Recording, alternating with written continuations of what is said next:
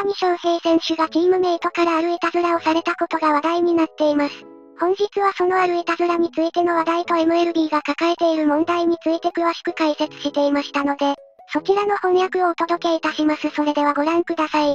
There's kind of a simple genius to good job, bad job. That's what I love on your show. It just simplifies everything. It's a good job, that's a bad job. May I start? You may.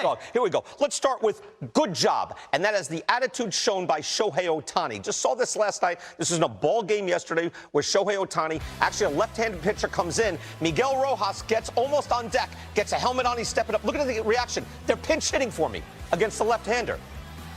He actually accepted it.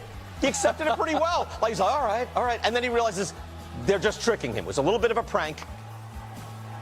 But he thought for a second, it's a lefty, they're pinch hitting for me. How about that? I like that. He's like, I'm the best hitter in the game, but okay. That's tremendous. That's nice. And it's a lot more creative than a hot foot. That's right. Yes, I agree. I don't like pranks. Yeah. I think that one worked. That was good. Kind of revealed the character a little bit, that he was accepting of it for the team. Bad job. Here we go. Our pal Michael Wilbon with Mr. Tony on PTI. So let me ask you something. The velo, the exit velo, does it mean he's a better hitter than Tony Gwynn, who might have dribbled the field through the infield in his day and hit about, 330 career and flirted with 400 once? Meaning a better hitter than him? And so what? So what? He's a 260 hitter. So why do I give a damn about the exit velo? I don't. And so I guess people need this, Tony, to become interested and more fascinated. And they go, oh, wow. Not only do I not go, oh, wow, it has started the ruination of watching sports for me. Numbers like this repeatedly and put up on the screen day in, day out. It has ruined it. I can't believe we're still having this argument. And I like Michael a lot, and I'm pals with Mr. Tony. I love him, these guys. That show is an institution. It's fantastic. Yet, why does it have to be the be-all and end-all? It's just there's a difference when a hard-hit ball is struck. We find out there's a difference between 95 miles an hour and 115. Don't you want to know? It doesn't mean that he's better than Tony Gwynn. Yes, does it mean he's better than Ted Williams? No, it does not mean that in any way, shape, or form. But why does this bother people? It's just new information. From a broadcasting and production standpoint, you just have to use discretion. I don't care if Giancarlo Stanton is hitting 190. When he hits a ball 125 miles an hour and it gets out in an eye blink, that's interesting now that we can measure. Right, put it in proper context. Yes. What does it mean? It means what it means. Doesn't mean anything beyond that. Now there are a zillion numbers out there about everything, and it's up to us as broadcasters and or as producers to say what really makes an interesting point, as opposed to just flooding the zone with everything. Now, one thing he did say there that I like,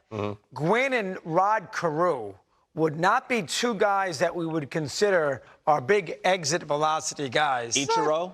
Ichiro's another one, and he's a great hitter. Luis And I think that's his point. And like Mookie Betts doesn't have a great bat speed, but it is what it is. There's results data, and then there's things that you look to get in that's just very like toolsy and scouty. I know you guys don't want to hate, and I'm sorry, Michael, but I know he's getting flooded with stuff, and it's too much, but it's just a tool. You know, I haven't broken out Judge Landis's robe in quite a while until I learned while I was out last week. Bob Costas co-hosted. I did. And you threw on the robe. You went to my closet and got my robe. Someone else went and got it. Someone from wardrobe went and got it. I'm sure Bob sent someone to get that. Yes, and get my coffee while you're there, too, as well. Bob Costas and is back with us. Christopher Mad Dog Russo as well. We want to talk playoff format. Bob, I think you've come up with something that I actually kind of like, right? Yeah. If you're making tweaks. Now, we've expanded the playoffs. I think we're kind of in the sweet spot with 6 and 6. Where are you? Yeah, I think that you have to nod toward the modern realities of the way people absorb their sports and baseball fighting for its place in that universe, that entertainment universe. So the third wild card is a good idea. You look at teams now, even teams where their fans are upset, don't put that up yet, they're 3 games under 500, but they're only a game out of the last wild card. Okay. So the idea of 3 wild cards is okay. But here's what we ought to do.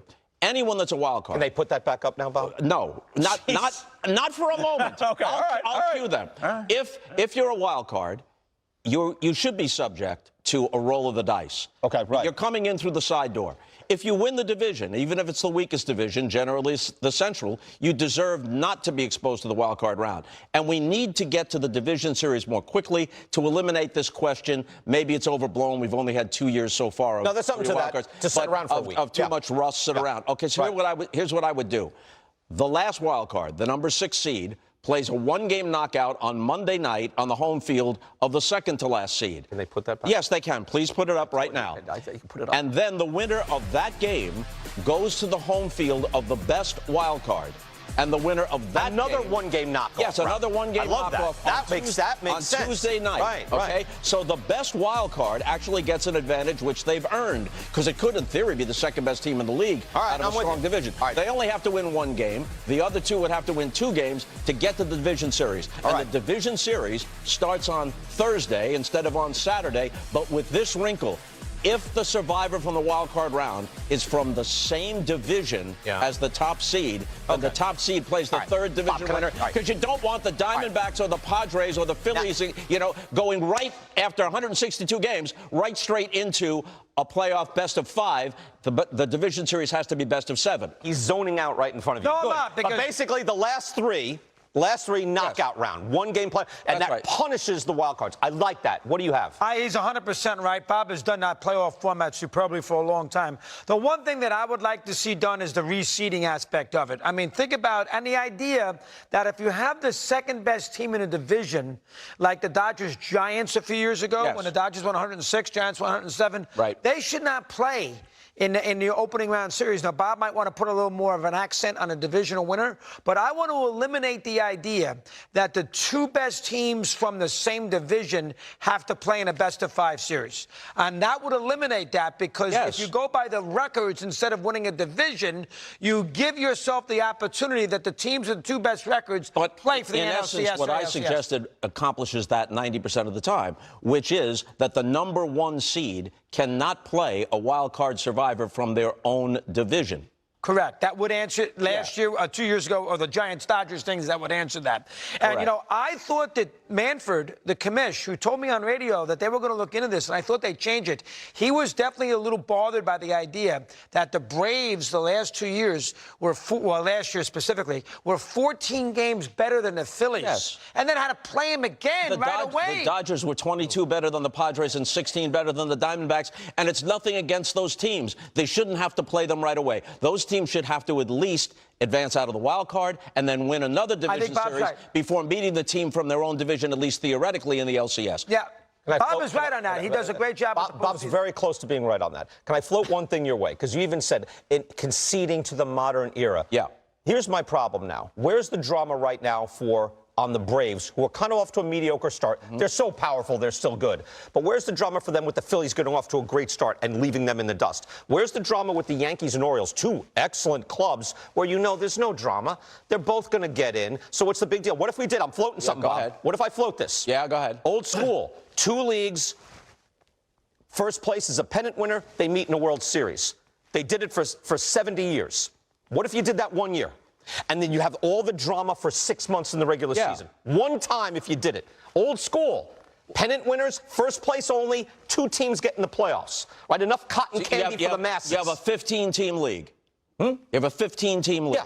And you have first place. And by mid-season, all those fan bases are out. Not all the fan bases are out. Your top 4 are in. There's no wild card. So how is baseball doing in the 20s, 30s, 40s, 50s, and 60s? It's doing pretty well. It's the number 1 sport in the world. Listen, no competition. Nobody values that any more than I do and understands the drama and the distinction between a pennant race and mere playoff qualifying. But in the 20s, 30s, 40s, 50s, in the 50s is when you first get television, and it's black and white on a tiny screen. But everybody either didn't have television or had television. And yet it was bigger than football and basketball. The NFL is and not soccer and hockey. Yes, and the world has changed. Yeah, has it changed that much? Yes, Are you and the way people consume so Bob, why don't we just do all playoffs, where they just continue to play playoff rounds for 6 months, right? And then everything's a playoff game, and yet nothing's a playoff game. Do you know what I'm saying? This is what's called reductio ad absurdum.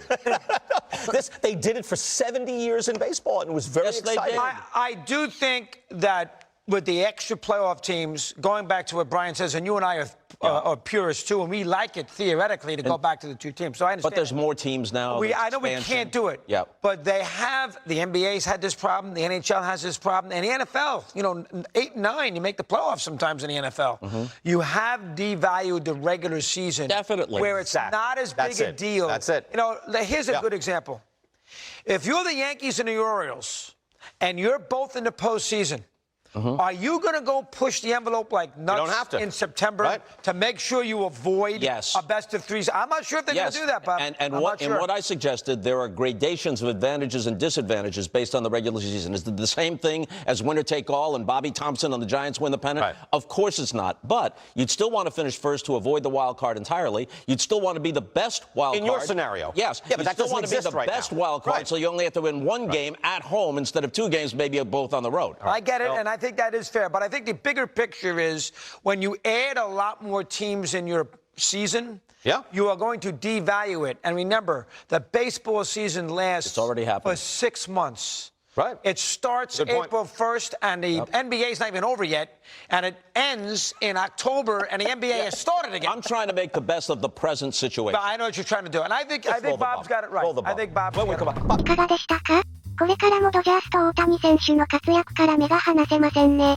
このチャンネルは日本人メジャー選手に対する海外のインタビューなどの翻訳動画をご紹介いたします。ぜひ、チャンネル登録高評価よろしくお願いいたします。